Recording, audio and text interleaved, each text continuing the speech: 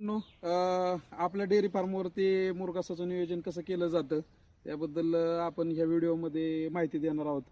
आपण दोन बंकर केलेत एक सारखे. आता बंकर भरून झाला आपला आणि हा बंकर भरायचा आहे.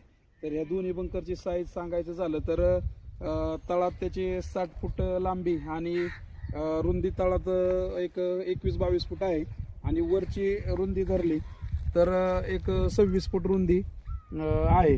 तर आपल्याला याच्यासाठी कागद 68x33 फुटाचा कागद आपण घेतलाय आणि याची बंकरची उंची जर धरली तर साधारणतः एक 3.5 फुटापर्यंत 3.5-3.5 फुटापर्यंत त्याची उंची आपण ठेवली तर त्याच्या भराव्याच्या वरती एक 1.5-2 फूट परत मुरघासाची हाईट येते, स्लोप येतो, तेवढी हाईट येते त्याला.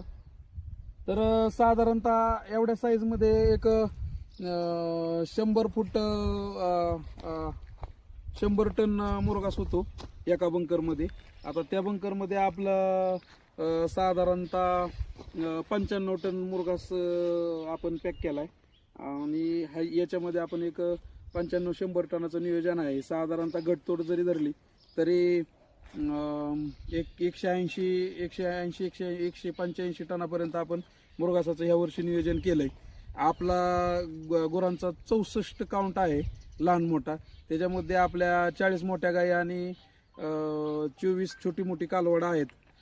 तर साधारणतः त्यांना जर चाऱ्याचं कॅल्क्युलेशन केलं आपण तर चाऱ्याचं कॅल्क्युलेशन केलं तर 1650-1700 किलो रोजचा आपल्याला चारा लागतो. त्यामधून आपण साधारणतः एक 1,150 ते 1,100 किलो आपण मुरघास वापरण्याचं नियोजन केलंय आणि त्याचं 1,150-1,100 किलो मुरघासाचं रोजचं जरी कॅल्क्युलेशन धरलं तरी आपल्याला साधारणतः हे दोन्ही बंकर आपल्याला एक 5.5 महिने मुरघास पुरल इतका आपण स्टोअर केलंय. तर कुठल्या गोष्टींची काळजी घेतली पाहिजे तर साधारणतः काळजी घेताना खाली जे कागद वापरतोय आपण ते एक चांगल्या प्रकारचा कागद पाहिजे, एक 300 मायक्रॉनचा आणि होलं वगैरे नसलेला किंवा हवा जाईल किंवा पाणी लिकेज होईल असं काही कागद जुने वापरता कामा नये.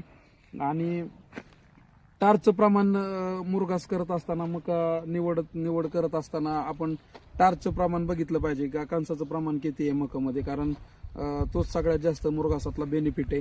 आणि जे मकाची स्टेज असते, मकाची स्टेज पाहिजे मुरघास बनवताना, ते मुरघास बनवताना स्टेज पण पाहणं खूप गरजेचं आहे.